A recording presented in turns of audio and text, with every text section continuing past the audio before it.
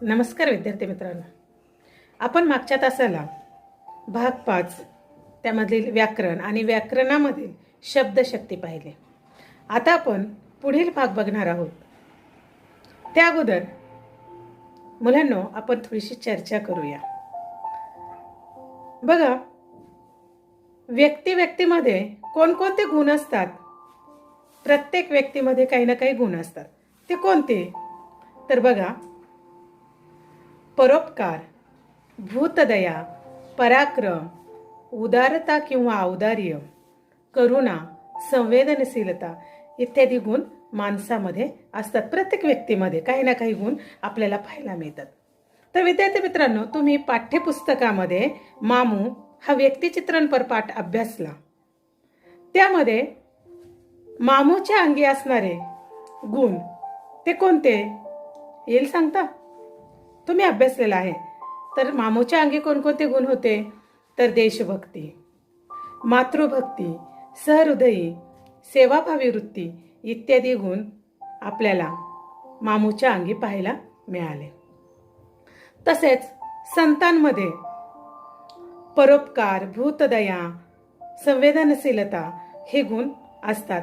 तर इतर व्यक्तींमध्ये देखील आपल्याला पराक्रम, औदार्य, उदारता, संवेदनशीलता, भूतदया इत्यादी गुण आपल्याला पाहायला मिळतात. मग आता आपण माणसांमध्ये, व्यक्तींमध्ये असणारे हे जे काही गुण आहे त्याचे काही उदाहरणं आपण बघूया आणि त्या वाक्यामध्ये कोणता गुण येतो तो तुम्ही ओळखायचा आहे. पहिलं वाक्य आहे, पराक्रमी व्यक्ती रणांगणावर येणाऱ्या मृत्यूला घाबरत नाहीत. या वाक्यात व्यक्तीचा कोणता गुण दिसतो? तर मुलांनो, या वाक्यामध्ये व्यक्तीचा पराक्रम हा गुण आपल्याला पाहायला मिळतो. दुसरे वाक्य आहे, रामरावांनी आपली सर्व मालमत्ता वृद्धाश्रमाला दान केले. याच्यामध्ये उदारता किंवा औदार्य आपल्याला पाहायला मिळतं. तिसरे वाक्य, संतांनी परोपकार हीच जीवनाची इति कर्तव्य मानले. मग यामध्ये कोणता गुण येतो? तर परोपकार हा गुण आपल्याला पाहायला मिळतो.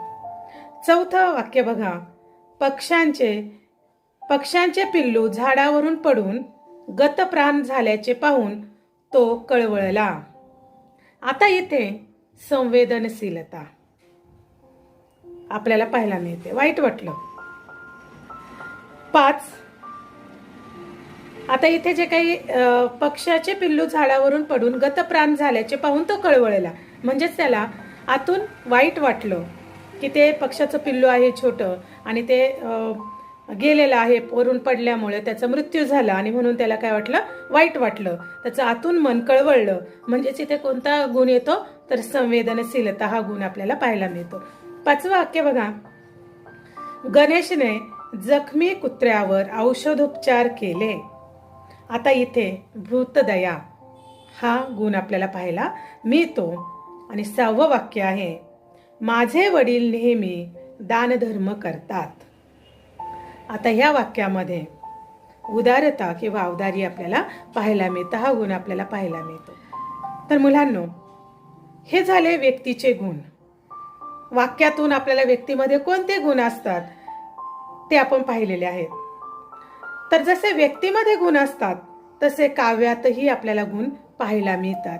आणि म्हणून विद्यार्थी मित्रांनो, आज आपण व्याकरणामधला दुसरा जो भाग आहे काव्य गुण याचा अभ्यास करणार आहोत. तर जसे व्यक्तीच्या ठिकाणी अनेक गुण असतात तसेच काव्याच्या ठिकाणी देखील वेगवेगळे गुण आपल्याला पाहायला मिळत असतात. मग बघा, विविध गुणांमुळे व्यक्तीचे चरित्र खुलते.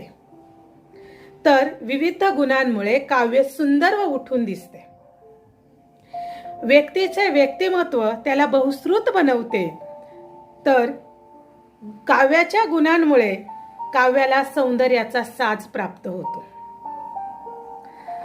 मग जरी आपण आता हे काव्यगुण पाहत असलो, काव्यगुण तुमच्या दृष्टीने नवीन जरी असले तरीही तुम्हाला ते परिचयाचे आहे.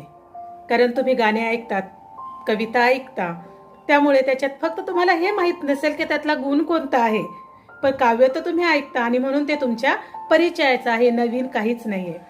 एक आपण आता उदाहरण पाहूया.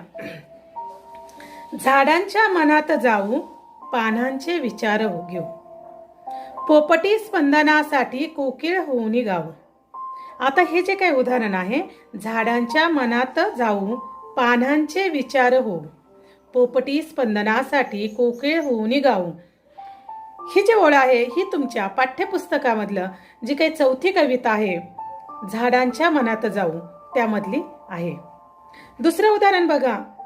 हे अधम रक्त रंजिते, सुजन पूजिते श्री स्वतंत्रते, तुझ साठी मरण ते जनन, तुझ विन जनन ते मरण, तुझ सकल चराचर शरण. ही जी काही काव्याची ओळ आहे ती काव्यानंद, जे तुमच्या पाठ्यपुस्तकामध्ये सुरुवातीलाच काव्यानंद आलेला आहे, त्यातली ही ओळ आहे. आता ह्या ज्या काही दोन्ही काव्याच्या ओळी मी वाचल्या त्याच्यामध्ये हे काव्यगुण दडलेलं आहे. आता याच्यामध्ये बघा, आता अलंकार. वामन पंडित काय म्हणतात की अलंकारामुळे काव्याची शोभा वाढते. तुम्हाला अलंकार माहिती, थोडंसं बाजूला जाऊन सांगते. अलंकाराचे दोन प्रकार आहेत, एक शब्द अलंकार आणि अर्थ अलंकार.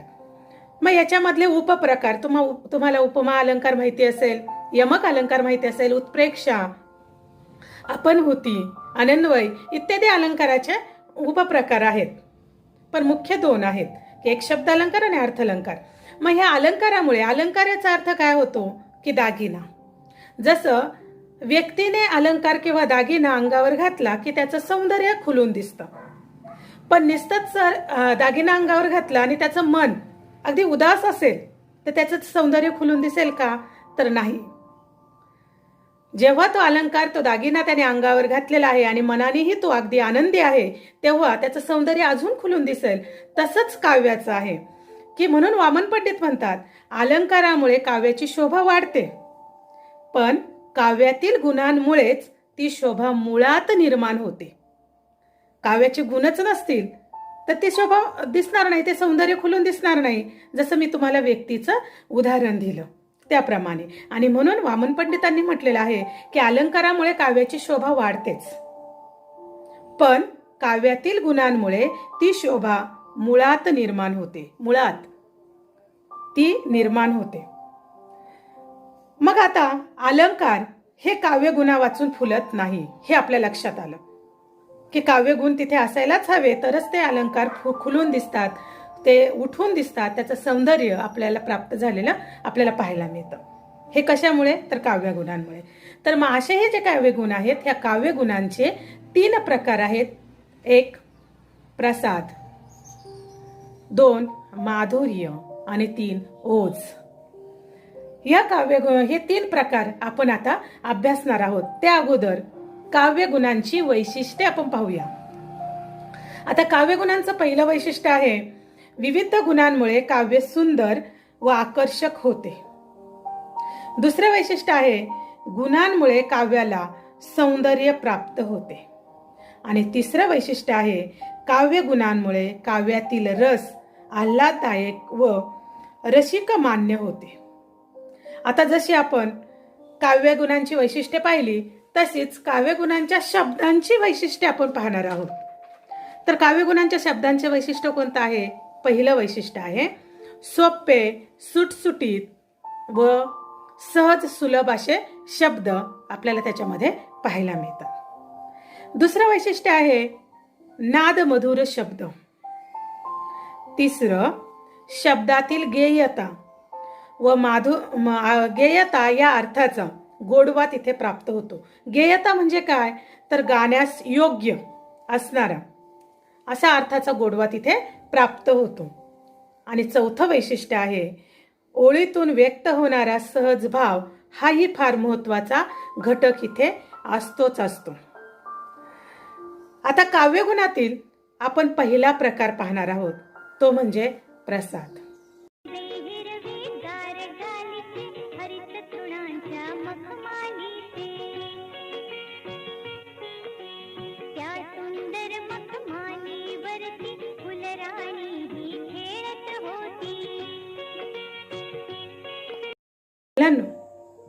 ऐकलं ना हे काव्य? हिरवे हिरवे गार गालीचे, हरित तृणांच्या मखमालीचे. हे काव्य ऐकत असताना आपल्याला त्याचा अर्थबोध होतो. सहज अर्थबोध करून देणारं ते काव्य असतं. आणि जिथे सहज अर्थबोध होतो तिथे प्रसाद हा काव्यगुण निर्माण होतो. मग प्रसाद याचा अर्थ काय आहे? तर सुलभता, सोपेपणा. काव्य ऐकल्यानंतर किंवा वाचल्यानंतर सहज अर्थबोध करून देणारा जो गुण असतो त्याला प्रसाद असे म्हणतात. या गुणाने युक्त असलेल्या काव्याला प्रासादिक काव्य असे म्हणतात.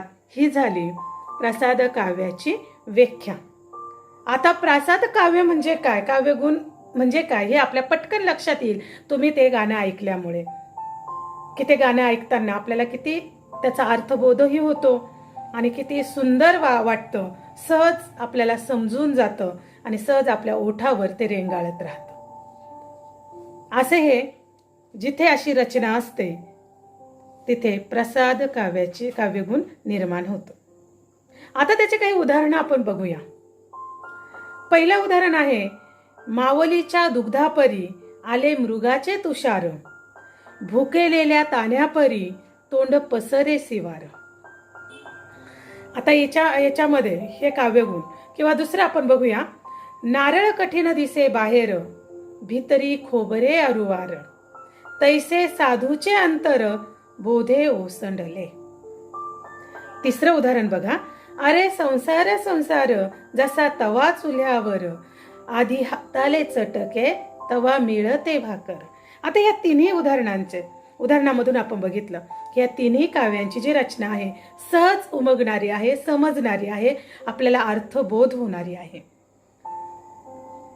या तिन्ही काव्यांमध्ये पहिलं जे काव्य आहे, माऊलीच्या दुग्धापरी आले मृगाचे तुषार, भुकेलेल्या तान्यापरी तोंड पसरे शिवार. शिवार म्हणजे शेती.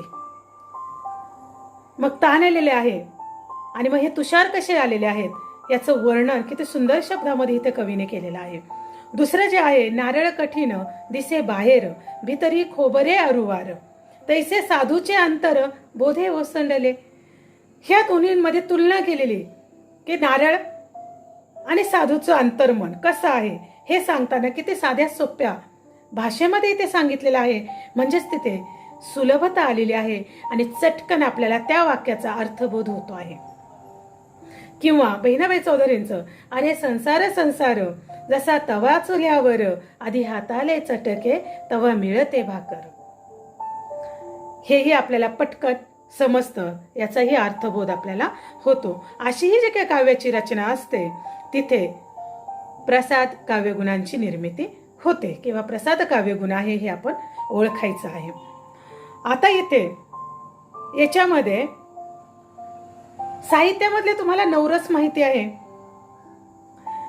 आता हा जो काही प्रसाद काव्यगुण आहे ह्या सर्व काव्यांमध्ये आपल्याला पाहायला मिळालेला आहे. 3 जे उदाहरणं बघितले त्याच्यामध्ये ह्या काव्यगुण आपण पाहिलाच. तर ह्याच्यामध्ये काव्यगुणातील सर्व रसांना पुष्टी देणारा असा हा काव्यगुण आहे. रसांना पुष्टी देणारा. आता विद्यार्थी मित्रांनो, भाषेतील 9 रस तुम्हाला माहिती असतील, तुम्ही 9वी-10वीला शिकलाच असाल, पण तरी एकदा मी सांगते. भाषेतील 9 रस कोणते आहे? पहिला शृंगार रस, दुसरा वीर रस, तिसरा करुण रस, चौथा हास्य रस, 5वा रौद्र रस, 6वा भयानक रस, 7वा बिभत्स रस, 8वा अद्भुत रस आणि 9वा शांत रस. ह्या रसांची भाषेमध्ये निर्मिती झालेली आहे. ह्या 9 रस आणि ह्या 9 रसांना पुष्टी देणारं हे काव्यगुण आहेत. मग ही वृद्धी करणारं, पुष्टी देणारं, वृद्धी करणारा असा हा काव्यगुण आहे. आता आपण प्रसाद काव्यगुणांची वैशिष्ट्ये पाहणार आहोत. पहिलं वैशिष्ट्य आहे मुलांनो, हा काव्यगुण सर्व रसांना पुष्टी देतो. दुसरं वैशिष्ट्य आहे, हा काव्यगुण उत्पन्न होण्यासाठी शब्द नित्य परिचयाची व वाक्यरचना सरळ असावी लागते.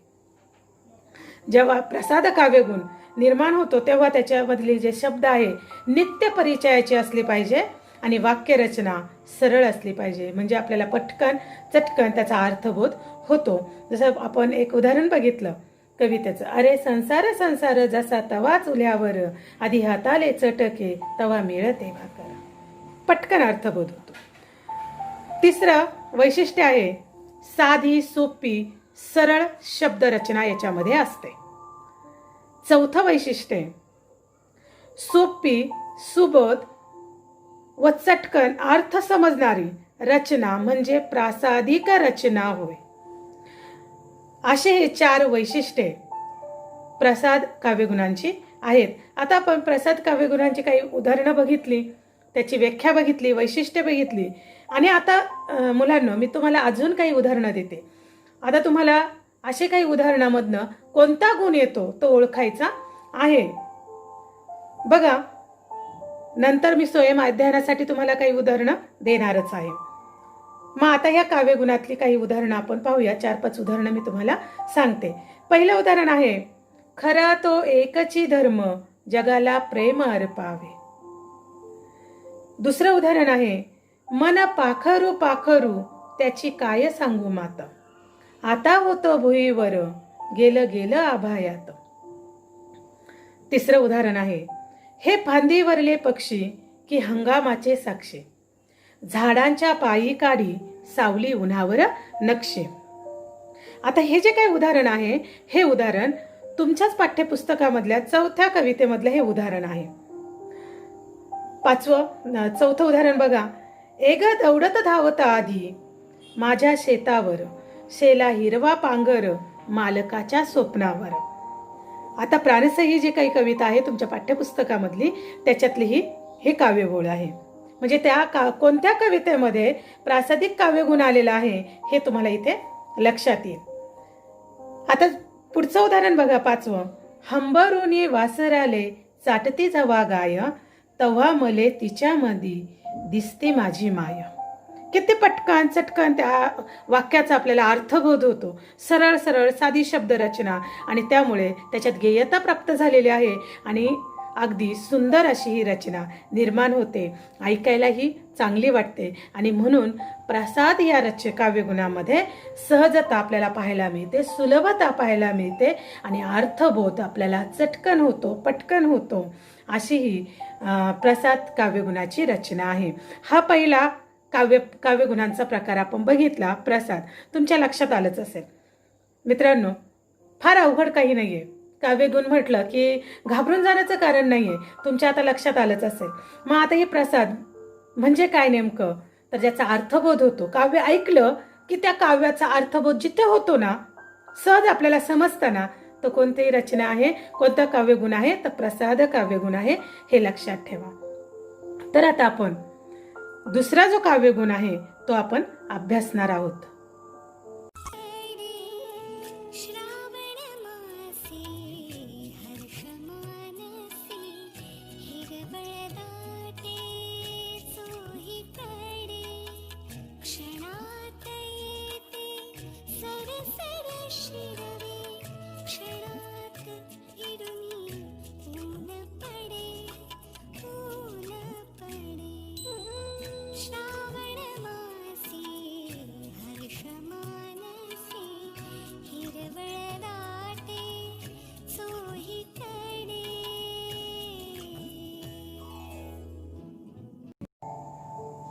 मुलांनो, ऐकलं ना हे पण गीत? श्रावण माशी हर्ष मानसी हिरवळ दाटे चोहीकडे, क्षणात येते सरसर शिरवे क्षणात फिरून ऊन पडे. ही बालकवींची कविता आहे. किती गोडवा देणारी कविता आहे. मधुरता त्याच्यामध्ये आहे, माधुर्य त्याच्यामध्ये आहे. म्हणजेच दुसरा जो काव्यगुण आहे तो कोणता आहे? माधुर्य. मग माधुर्य म्हणजे काय? तर गोडवा, मधुरता. ज्या काव्यामध्ये कोमल वर्ण व मृदू वर्ण असलेले शब्द आपल्याला पाहायला मिळतात, ऐकायला मिळतात, ते मधुर असतात व सुखद वाटतात. अशा शब्दांचा वापर असलेल्या काव्यात मधुरता असते, गोडवा असतो. मधुर नादामुळे ते गुणगुणत आपण असतो. अशा अनुप्राशिक शब्दांच्या वापरामुळे काव्यात माधुर्य हा गुण येतो. लक्षात आलं की कविता ऐकली, काव्य ऐकलं, गीत ऐकलं की आपल्याला ते लगेच आपल्या ओठावर रेंगाळलं पाहिजे. ते कानाला गोडवा देणारं असतं, सुखद असं वाटणारं ते गीत असतं. तिथे कोणत्या काव्यगुणाची निर्मिती होती तर माधुर्य ह्या काव्यगुणाची निर्मिती होती. मग तिथले त्याच्यामधले शब्द कसे असतात? कोमल असतात, नाजूक असतात, मृदू वर्ण असलेले शब्द आपल्याला पाहायला मिळतात आणि म्हणून ते अगदी गोडवा देणारे आहेत, सुखद वाटणारे असे शब्द त्याच्यामध्ये आपल्याला पाहायला मिळतात. आणि सहज बघा, आता मी तुम्हाला सांगितलं, श्रावण माशी हर्ष मानसी हिरवळ दाटे चोहीकडे, क्षणात येते सरसर शिरवे, क्षणात फिरून ऊन पडे. आपल्या ओठावर रेंगाळतं की नाही? तुम्ही हा व्हिडिओ ऐकला, लगेच तुमच्या मनामध्ये तुमच्या ओठावर ते गीत रेंगाळत असेल. शब्दही किती गोडवा देणारे आहेत, साधे आहेत, कोमल आहेत आणि असे हे शब्द त्याच्यामध्ये येतात. आणि म्हणून माधुर्य या काव्यगुणांची निर्मिती तिथे अशा याच्यामध्ये होत असते की जिथे कोमल वर्ण आहेत, मृदू वर्ण आहेत, जे शब्द मधुर असतात, गोडवा देणारे असतात, तिथे माधुर्य काव्यगुणाची निर्मिती होते. तर यातलं अजून एक उदाहरण आपण बघूया. गुरु हा सुखाचा सागरू, गुरु हा प्रेमाचा आगरू, गुरु हा धैर्याचा डोंगरू, कदा काळी डळमळीना. मग आता याच्यामध्ये देखील बघा शब्द कसे की आपल्याला ह्या शब्दांमध्ये यमक अलंकारही आपल्याला पाहायला मिळतोय. मी मगाशीच सांगितलं की वामन पंडितांनी काय म्हटलेलं आहे की अलंकारामुळे काव्याची शोभा वाढतेच, पण ती शोभा मुळात वाढवणारं म्हणजे हे काव्यगुण आहे. आणि इथे हे काव्यगुण आपल्याला पाहायला मिळतं. तर मग आता आपण मित्रांनो माधुर्य काव्यगुणांची वैशिष्ट्ये पाहणार आहोत. तर पहिलं वैशिष्ट्य आहे मृदू वर्ण व कोमल वर्णांचा वापर इथे केला जातो. दुसरं वैशिष्ट्य आहे अनुस्वार, रस्व शब्द इत्यादीमुळे कर्णमधुरता तिथे येते. तिसरं वैशिष्ट्य किंवा लक्षण आहे रचनेतील गोडव्यामुळे मानवी मनाला प्रसन्नता प्राप्त होऊन आनंद वाटतो. आणि चौथं उदाहरण आहे चौथं वैशिष्ट्य आहे या काव्यगुणाने चित्तवृत्ती तल्लीन होतात. अशी ही 4 माधुर्य काव्यगुणांची वैशिष्ट्ये आहेत. तर आपण अजून काही उदाहरणं याची पाहूया. बघा, पहिलं उदाहरण, हिरवी नाजूक रेशीम पाती, 2 बाजूला सळसळती, निळ निळवली एक पाकळी, पराग पिवळे झगमगती. दुसरं उदाहरण आहे रंग रंगुल्या सान सानुल्या, गवत फुला रे गवत फुला, असा कसा रे मला लागला, सांग तुझा रे तुझा लळा. तिसरं उदाहरण पायी पैंजण आणि वाळा, पायी पैंजण आणि वाळे, हाती नवनीताचे गोळे. चौथं उदाहरण आहे गडद निळे जलद भरून आले, शीतल तनू चपल चरण, अनिल गण निघाले. बघा परत एकदा, गडद निळे जलद भरून आले, शीतल तनू चपल चरण, अनिल गण निघाले. आता इथे हे जे काही शब्द आहेत हे शब्द बघा किती मधुर वाटणारे, गोडवा देणारे आहेत. आता अनिल याचा अर्थ काय आहे तुम्ही बघा, शब्दार्थ समानार्थी शब्द याचा अभ्यास करा, तुमच्या लक्षात येईल. 5वं उदाहरण बघा, या थुई थुई थुई थुई धारा, हा शिवार भिजवा सारा, उगवा मोत्यांचा चारा. मग अशी ही जी काही काव्यरचना आहे, गोडवा देणारी, मधुरता ज्याच्यात कोमल वर्ण आलेली आहेत, अशी ही रचना आपल्याला माधुर्य काव्यगुणामध्ये पाहायला मिळते. आणि अशा विद्यार्थी मित्रांनो, असं हे काव्यगुणांचा दुसरा जो प्रकार आहे माधुर्य, हे तुमच्या लक्षात आलंच असेल की प्रसाद म्हटलं की सुलभता, सहजता, सहज त्याचा अर्थबोध होतो त्या वाक्याचा. आणि माधुर्य म्हटलं की त्या वाक्यामध्ये गोडवा आहे, शब्दांचा गोडवा आहे, मृदू वर्ण पाहायला मिळतात, नाजूक शब्द तिथे आहेत, कोमल वर्ण आपल्याला तिथे पाहायला मिळतात आणि तिथे माधुर्य हे काव्यगुणांची निर्मिती होते. मग आता मी तुम्हाला ही उदाहरणं सांगितलेली आहे. तर मुलांनो, तुम्हाला ह्या उदाहरणातूनच काव्यगुण ओळखायचा आहे आणि म्हणून वेगवेगळी उदाहरणं मी तुम्हाला इथे सांगितलेली आहेत. तर आता आपण तिसरा आणि शेवटचा जो काव्यगुण आहे तो बघणार आहोत.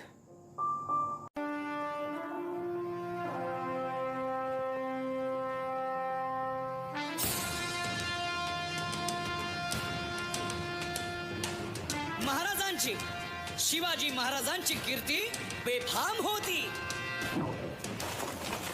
महाराजांची कीर्ती बेफाम, भल्या भल्यानं फुटला घाम, याला कोण घालील यस्सेने, दरबारी पुस्ती बेगम. विद्यार्थी मित्रांनो, मी तुम्हाला छोटासा एक पवाडा ऐकवला. का तर पवाडा म्हटलं की पवाड्यामध्ये काय येतं, तर त्याच्यामध्ये आवेश असतो, उत्साह असतो, जोरकसपणा असतो.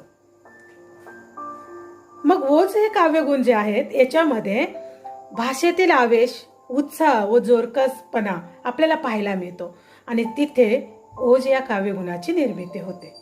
बघा, पवाडा ऐकताना आपले रक्त सळसळतं, आपल्या अंगामध्ये वीरश्री संचारते आणि जिथे अशी वीरश्री संचारले जाते तिथे ओज या काव्यगुणाची निर्मिती होते. जिथे मानवी मन उत्साही बनतं तिथे ओज या काव्यगुणाची निर्मिती होते.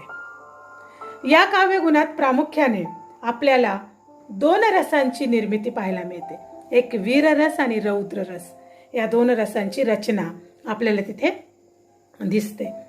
मग विद्यार्थी मित्रांनो, ओज याचा अर्थ काय, तर ज्या भाषेतील आवेश, ओज म्हणजे भाषेतील आवेश, उत्साह व जोरकसपणा, जोमदारपणा म्हणजे ओज काव्यगुण होय.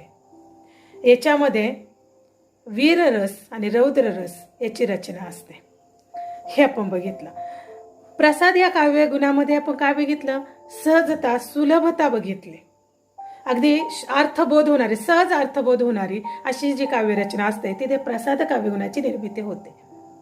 माधुर्यामध्ये आपण काय बघितलं की गोडवा, मधुरता, कोमल वर्ण, मृदू वर्ण असे शब्द जिथे येतात आणि जिथे अगदी आपल्याला मधुर असं, गोडवा देणारे असं जे काव्य ऐकायला मिळतं तिथे माधुर्य काव्यगुणाची निर्मिती होते. तर ओज काव्यगुणाची निर्मिती कुठे होते, जिथे उत्साह असतो, वीरश्री संचारली जाते, जिथे जोमदारपणा असतो, आवेश असतो, तिथे ओज या काव्यगुणाची निर्मिती होते. आणि म्हणून ओज या काव्यगुणामध्ये रौद्र रस आणि वीर रस या 2 रसांची रचना आपल्याला प्रामुख्याने पाहायला मिळते. मित्रांनो, आपण आता यातली काही उदाहरणं पाहूया. पहिलं उदाहरण, तुझ्या शस्त्रांना अस्त्रांना शक्ती देईल भवानी, शिवरायांचे स्वरूप आठवावे रणांगणी. बघा, तुझ्या शस्त्रांना अस्त्रांना शक्ती देईल भवानी, शिवरायांचे स्वरूप आठवावे रणांगणी. दुसरं उदाहरण बघा, खबरदार जर टाच मारुनी जाल पुढे, चिंदड्या उडवीन राई राई एवढ्या. आता या दोन्ही उदाहरणामध्ये तुमच्या लक्षात आलं असेल की इथे हे काव्य ऐकल्यानंतर आपल्या अंगामध्ये वीरश्री संचारते, रक्त सळसळतं. मग अशी जी काही रचना असते ती ओज काव्यगुणामध्ये आपल्याला पाहायला मिळते. आता ह्या ओज या काव्यगुणामध्ये आपण आवेश, उत्साह पाहिलेला आहे. माधुर्यामध्ये मधुरता, गोडवा, कोमल वर्ण, मृदू वर्ण आलेले आपल्याला आपण पाहिलेले आहेत. आता ओज या काव्यगुणांचे आपण वैशिष्ट्य पाहणार आहोत. पहिलं वैशिष्ट्य आहे, ह्या काव्यगुणात अंतःकरणाला उद्दीपित करणारा गुणधर्म असतो. अगदी बघा, पवाडा ऐकताना त्या ढोलकीवर थाप पडली की आपल्या मनातूनच एक वेगळाच आवेश, भाव निर्माण होतात आतूनच. मग असे हे अंतःकरणाला उद्दीपित करणारा गुणधर्म तिथे असतो, हे पहिलं वैशिष्ट्य. दुसरं वैशिष्ट्य आहे, हा काव्यगुण वीर व रौद्र रसांना पुष्टीकारक आहे. कोणत्या रसांना पुष्टीकारक आहे? वीर व रौद्र रसांना पुष्टीकारक आहे. तिसरा वैशिष्ट्य आहे, हा काव्यगुण निर्माण होण्यास जोडाक्षरे, कठोर वर्ण, दीर्घ सामासिक शब्दांचा वापर इथे होतो. जोडाक्षरे, कठोर वर्ण, दीर्घ सामासिक शब्द यांचा वापर इथे होतो. आणि चौथं वैशिष्ट्य आहे, या सर्व लक्षणांच्या वापराने भाषेत जोरकसपणा येतो आणि ओज गुणांची, काव्यगुणांची निर्मिती तिथे होते. मग असे हे ओज काव्यगुण म्हणजे नेमकं काय, त्याची व्याख्या आपण बघितली, काव्यगुणांचं वैशिष्ट्य, त्याचे उदाहरण आपण बघितलं. आता आपण आणखी काही उदाहरणं काव्यगुणांची, ओज काव्यगुणांची बघणार आहोत. पहिलं उदाहरण आहे, खडक काजळी घोटुनी तुमचे मनगट बाहू घडलेले, कडे कपारी मधील वनवे उरात तुमच्या दडलेले, काबुल कंदा हर पाया पथावर डंके तुमचे झडलेले. आता ही जी काही काव्याची ओळ आहे, ही कुसुमाग्रज यांच्या आवाहन या कवितेतील ही काव्याची ओळ आहे. बघा, याच्यामध्ये देखील वीररसाची निर्मिती झालेली आपल्याला पाहायला मिळते आणि म्हणून इथे ओज काव्यगुण इथे आलेला आहे. दुसरं उदाहरण बघा, गडे शस्त्र आता तूच हो, अस्त्र आता तूच हो, फुटू दे शब्दांना शस्त्राची पाते. तिसरं उदाहरण बघा, गरजा जय जयकार क्रांतीचा गरजा जय जयकार. चौथं उदाहरण, एखादी आठवण आग होऊन धावली तेव्हाही शब्दांनीच हल्ला केला. आता हे जे काही उदाहरण आहे, हे उदाहरण तुमच्या पाठ्यपुस्तकामधली शब्द, ही जी कविता आहे त्या कवितेमधली ही ओळ आहे. हे ओज काव्यगुणांचं उदाहरण आहे. पाचवं उदाहरण बघा, पायच होऊ देत आता घट्ट मजबूत पोलादी, पुढल्या का होईना शतका आधी. ही जी काव्याची ओळ आहे, ही तुमच्या पाठ्यपुस्तकामधील पैंजण या कवितेतील ही ओळ आहे आणि याच्यामध्ये ओज काव्यगुण आपल्याला पाहायला मिळतो. आता सहावं उदाहरण बघा, तू फुंकलेस रणसिंग आता, तू फुंकलेस रणसिंग आघाद ज्ञानाच्या बळावर, तू तोडल्यास गुलामांच्या पायातल्या बेड्या आणि केलेस उभे चवदार तळ्यांच्या काठावर, युद्धात जवानांना उभे करावे तसे. मग असे हे जे काही उदाहरणं आहेत, ही उदाहरणं ओज काव्यगुणांची आहेत. तर विद्यार्थी मित्रांनो, काव्यगुण आपल्याला जरी नवीन असले तरी अनोखे नाहीये, ते तुमच्या परिचयाचे आहे, हे तुमच्या लक्षात आलं असेल. तर आता आपण काव्यगुण म्हणजे काय, काव्यगुणांची वैशिष्ट्ये, काव्यगुणातल्या शब्दांची वैशिष्ट्ये पाहिली. त्यामध्ये 3 काव्यगुण बघितले, एक प्रसाद, माधुर्य आणि ओज. हे काव्यगुण बघितले. या काव्यगुणांची वैशिष्ट्ये, उदाहरणं आपण पाहिली आणि त्यामुळे तुम्हाला कोणतंही काव्यगुणामधलं उदाहरण आलं तर ओळखायला कठीण जाणार नाही. तरीही हा व्हिडिओ ऐका, त्यानंतर पुस्तकाचंही वाचन करा, म्हणजे तुम्हाला उदाहरणं ओळखायला अवघड जाणार नाही. आता मित्रांनो, तुम्हाला स्वयं अध्ययनासाठी काही वाक्य देते, त्यामधील तुम्ही काव्यगुण ओळखायचा आहे. खालील उदाहरणामधील काव्यगुण ओळखा. पहिलं वाक्य आहे, पहिलं उदाहरण आहे, उभी राहुनी दारात तुझ्या संगती बोलेन, सखा रमला शेतात त्याचे कौतुक सांगेन.